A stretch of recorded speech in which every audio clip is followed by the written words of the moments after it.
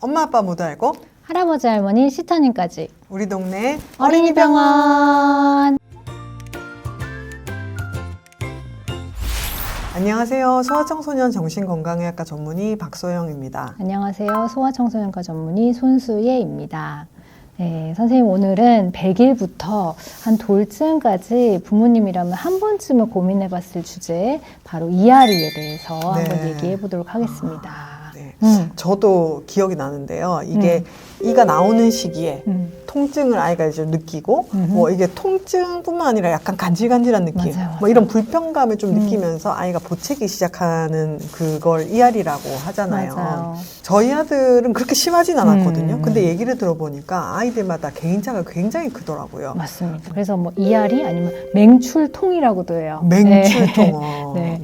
근데 뭐 사실은 이게 되게 무시무시해 보이지만 정식적인 진단명은 아니고요. 우리 성장통이라는 말도 있잖아요. 그것도 어떤 병명은 아니고 성장할 때 느낄 수 있는 통증을 통틀어서 우리가 그런 증상을 말하는 거잖아요. 그래서 이앓이 또한 이가 날 때 통증을 통틀어서 말하는 건데요. 이 이앓이가 별거 아닌 것 같지만 선생님 말씀하신 것처럼 굉장히 개인차가 많기 때문에 심하게 겪으신 분들은 뭐 치를 떨어요. 네. 그래서 잠을 못 자서 뭐 힘든 것도 있지만 이게 너무 애가 한 시간마다 우니까 어디 뭐 이앓이가 아니라 어디가 아파서 오는 건지 그럴 수 있을 내가 헷갈리니까 뭔가 놓치는 게 아닌가라는 걱정 때문에 응급실도 데리고 오는 경우도 굉장히 많습니다. 그래서 요새는 또 이런 이앓이를 완화시켜준다고 해서 이런 티징젤이라는 캔디 이런 것들 제품들도 많이 나와 있거든요. 그래서 이런 것들도 사용해도 되는지 또 많이 궁금해 하시더라고요. 그래서 오늘은 이걸 다 통틀어서 한번 정리를 해보려고 합니다. 네, 좋습니다. 그러면 가장 먼저 우리가 항상 하는 것이 이앓이란 도대체 무엇인지 제대로 알아야 되겠죠. 그래서 이앓이는 언제 주로 생기는지 그리고 이제 이앓이로 볼 수 있는 증상들은 어떤 것이 있는지 좀 알려주세요. 이앓이는 이가 맹출되기 전에 생깁니다. 그래서 이가 하나도 없는데 이앓이를 할 수 있나요? 이렇게 물어보시는 분이 있는데 보통 이제 맹출되기 직전에 보통 여드름도 짜기 전이 뭔지 알죠? 그때 제일 아프잖아요. 건드렸을 때 그것처럼 이앓이도 맹출 전에부터 생기고요. 그래서 보통 이제 맹출되는 시점이 4, 5개월쯤이잖아요. 그래서 그때 100일 좀 지나서 이앓이가 시작되는 경우가 많고요. 유치가 일반적으로 한 30개월까지 20개 정도가 나거든요. 30개월까지. 그래서 그때까지 이제 이앓이가 좋아졌다가 또 악화됐다가 좋아졌다가 악화됐다가 이렇게 반복을 합니다. 특히 돌쯤 돼서 어금니들이 많이 나기 시작하거든요. 그래서 그때 이앓이의 피크, 이앓이가 굉장히 심해지는 경우가 대부분이죠. 네, 생각해보면 사실 입안에 아무것도 없다가 딱딱한 게 갑자기 생기면 얘네 입장에서도 얼마나 당황스럽겠어요. 이제 좀 괜찮은데 또 그러니까. 근데 이제 이게 밤에 자다가 깨서 보채 정도, 그리고 뭔가 생활이 안 될 정도, 아이가 너무 괴로워하면은 사실 걱정이 많이 되실 것 같거든요. 그러면은 사실 다른 통증들도 깨거나 보채는 거는 생길 수 있잖아요. 그거 외에 이앓이에 좀 특징적인 증상들이 있을까요?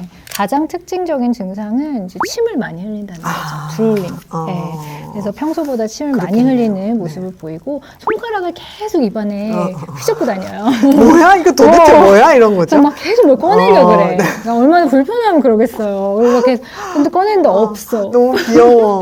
그래서 계속 하루 종일 그러고 있고요. 그다음에 이유식을 먹다가 뱉기도 하고 이유식을 거부하는 아이들도 있습니다. 그리고 이제 이가 한참 날 때는요, 이제 잇몸에 미세하게 출혈이 생기기도 하고요. 피가 비치기도 하고 그리고 이제 38도가 넘지 않는 미열이 동반되기도 합니다. 근데 이제 우리가 이게 이앓이라는 걸 부모가 알아도 아이가 이렇게 괴로워하면은 뭐든지 좀 해줘야 된다 마음이 들고 해주고 싶은 게 이제 부모 마음이잖아요. 그죠. 제가 아이를 키울 때도 그런 제품들이 좀 있었던 것 같기는 해요. 이앓이 완화해주는 캔디라든지 뭐 약간 그 젤 형태로 바르는 뭐 이런 게 다양하게 있었던 것 같기는 해요. 그 당시에 국내 제품은 없었던 걸로 제가 기억하거든요. 보통 해외 직구로 많이 사용을 하죠. 지금은 어떤가요? 여전히 국내 제품보다는 해외 직구로 많이 구매를 하는 분들이 많고요. 근데 막상 쓰자니 불안한 거죠. 그렇죠. 약간 이 해외 직구가 이거 써도 되나? 그런 게 있어. 그래서 막 이렇게 인터넷 찾아봐도 뚜렷한 정보가 없어서 저한테 진료실에 가지고 오셔서 이거 써도 돼요 선생님 하고 물어보시는 경우도 종종 있습니다. 근데 그게 이제 써도 되는지 안 되는지를 판단하려면 이 성분이나 맞아. 뭐로 근데 만들어졌는지. 의외로 성분을 모르시고 사신 경우가 많더라고요. 그래서 저는 해외 직구를 잘 못하겠더라고요. 그래서 보통은 저희가 주변 누가 했던 거, 그거 좋다더라. 아니면 이제 인터넷에서는 이제 리뷰를 보고 이제 사게 되는데, 그래도 선생님이 알려주신다면 어떤 성분이 꼭 있으면 좋은지 혹은 있으면 안 되는지 이런 거 알려주실 수 있을까요? 네. 그래서 보통 이제 시중에서 구매할 수 있는 티싱 젤이나 캔디의 성분은요, 크게 세 가지로 구분이 됩니다. 이 첫 번째는 바로 자이리톨. 자이리톨. 네. 그래서 특히 이제 이아리 캔디에 많이 함유가 되어 있어요. 네. 그래서 이아리 캔디 하면은 제일 많이 검색창에 나오는 오땡땡 캔디라는 게 있거든요. 이게 대부분 자이리톨 성분으로 만들어져 있는 겁니다. 근데 이제 자이리톨 자체가 이아리를 직접적으로 완화를 시킨다 이런 연구 결과라든지 뭐 이런 원리는 없습니다. 그냥 이제 봤을 때 자이리톨 먹으면 침 분비가 증가가 되잖아요. 그걸로 인해서 잇몸이 살짝 코팅이 돼서 통증을 좀 완화시키는 그런 원리라고 보시면 되겠고요.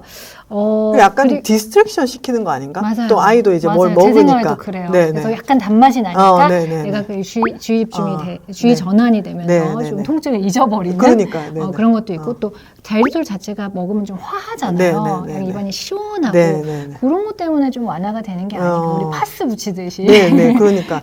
근데 이게 사실 자이리톨도 무설탕도 있었던 것 같은데. 대부분 무설탕이죠. 근데 그래도 돌전이라고 하면 이게 괜찮은 건지. 소량은 괜찮겠죠. 소량은 괜찮은데 그리고 대부분의 그 자이리톨 제품들은 무설탕입니다. 근데 간혹 해외 직구다 보니까 이 확인을 안 하면 이 슈거가 들어가 있는 제품들도 덜어 있어요. 그래서 반드시 이제 구매를 할 때는 노슈거 제품인지 슈거 프리 제품인지는 확인하고 구매를 하는 게 중요하겠습니다. 그리고 이게 캔디다 보니까 잘게 부서지기는 하는데 이제 기도로 넘어갈 위험이 있잖아요. 그렇기 때문에 아이는 반드시 누워서 주시면 안 되고 반드시 세워서 조그맣게 부셔가지고 이제 입안에 넣어주시고요. 다 먹을 때까지 면밀하게 살펴봐야 되겠죠. 그러면 이제 자일리톨 얘기를 주셨는데 그거 외에는 또 어떤 성분이 뭐 들어가는 게 있을까요? 두 번째는요, 자연 유래 성분입니다. 뭐 약초 성분도 여기 포함이 되겠고요. 뭐 캐모마일 추출물, 요즘 약간 진정작용 있잖아. 캐모마일, 라벤더, 그다음 벨라도나라는 잎의 그 추출물, 그 감초뿌리 이런 것들이 좀 들어가 있는 게 이아리에 효과가 있다. 그래서 동종요법이죠. 이런 거 동종요법으로 사용하는 연고들이 판매되고 있습니다. 근데 이제 천연 성분 이러면 왠지 아이한테 안전하고 뭔가 음식처럼 먹여도 되고 이렇게 생각을 많이 하시는데 사실은 굉장히 조심하면서 사용을 해야 되는 성분들이고요. 왜냐하면 이제 이런 성분이 이아리 완화에 도움을 준다라는 연구 결과가 없을 뿐더러 이런 성분이 오히려 어떤 아이들한테는 굉장히 심한 알레르기를 유발을 하고 또 호흡 부전, 뭐 그다음에 경련 이런 것 심각한 부작용들도 생길 수 있기 때문에 사실은 이제 FDA에서는 이제 예전부터 이런 동종요법을 아이 이아리 완화에는 쓰지 않도록 공고하고 있습니다. 그럼 이건 되게 중요한 포인트인 것 같아요. 그러니까 뭐 주의해서 써라도 아니고 쓰지 말라고 권고를 하고 있으니까 그래서 조금 조심을 하시는 게 좋을 것 같아요. 배보다 배꼽이 더 커질 수도 있으니까. 마지막으로 세 번째 성분은요, 벤조카인, 리도카인과 같이 국소 마취제가 함유되어 있는 제품들입니다. 실제 그런 제품이 있어요? 국소 마취제니까 당연히 이아리 완화에는 효과가 어느 정도는 있겠죠. 있겠죠. 근데 영유아한테 사용했을 때는 상식적으로 생각해도 가정에서 이 마취제를 사용한다는 건 위험한 일이고 뭐 경련이라든지 뭐 순환계, 신경계 부작용을 생길 수 있게 만듭니다.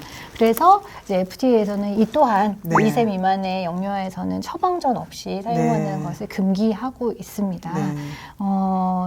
다행히 또 우리나라 식약처에서는 이걸 허가하지 않았기 때문에 우리나라에서 국내에서 판매되고 있는 뭐 제품이나 유통되고 있는 제품에는 당연히 이런 국소마취제 성분은 없고요. 국내에서 이아리 제품이 없다는 것 자체가 이유가 있을 것 같아요. 그렇죠? 그리고 많이 판매도 안 될 것 같고 그러니까는 좀 수입을 안 한 것도 있을 것 같아요. 이아리 제품으로 검색을 해보면 유명한 연고 중에 벤땡땡이라는 그 연고가 있거든요. 이 연고에는 이제 국소마취제 성분이 들어가 있어요. 연고. 리도카인이 이제 0.33% 좀 함유량이 낮기는 하지만 그래도 0.33이면은 들어가 있죠. 들어가 있어서 뭐 아주 위험한 수치의 농도는 아니지만 어쨌든 함유가 되어 있다는 건 알고 네. 사용을 하시는 게 좋겠죠. 알겠습니다. 그러면은 이제 첫 번째 자일리톨, 두 번째는 자연 추출물, 세 번째는 이제 국소 마취제 네. 이런 게 있다. 그래서 좀 이제 구분은 이제 되는데요. 그럼 실제로 선생님은 이런 케이스들을 좀 이제 많이 만나실 네. 거잖아요. 그러면 사용하셨던 분들의 후기는 어떤가요? 저도 많이 궁금해서 네. 물어보죠. 네, 네. 그래서 좀 완화가 됐나요? 라고 네. 하면 한숨을 일단 쉬세요. 이러면서 그냥 뭐 심리적 위안이죠. 또 이렇게 얘기를 하시거든요. 네. 그래서 실제로 뭐 잘 모르겠다라고 대답하신 분들이 많고요. 너무 좋았어요. 뭐 당방에 해결됐어요. 이렇게 말씀하시는 분은 아직까지는 만나보지는 못했던 것 같습니다. 그리고 저희 병원에 같이 근무하고 있는 소아치과 선생님들이 있거든요. 선생님들한테도 여쭤봤을 때 자문을 구했을 때도 뭐 그닥 효과가 입증되어 있는 것이 아니기 때문에 치과에서도 그렇게 권고하지 않는다라고 말씀해 주셨습니다. 네, 그럼 쓰지 말까요? 정확하게 말해주세요. 뭐 쓰지 말자라기보다는 굳이 추천하지 않는다. 굳이 추천하지 않는다라는 의견이고요. 근데 만약 이알이가 너무너무 심해서 난 지푸라기라도 잡고 싶은 심정이야라고 하면은 성분을 꼭 확인하고 되도록이면은 자일톨 성분의 대부분인 그런 이제 제품을 사용하는 거는 괜찮다고 저는 생각을 하고요. 근데 그 효과에 대해서는 너무 큰 기대를 하지 말자라고 말씀드리고 싶습니다.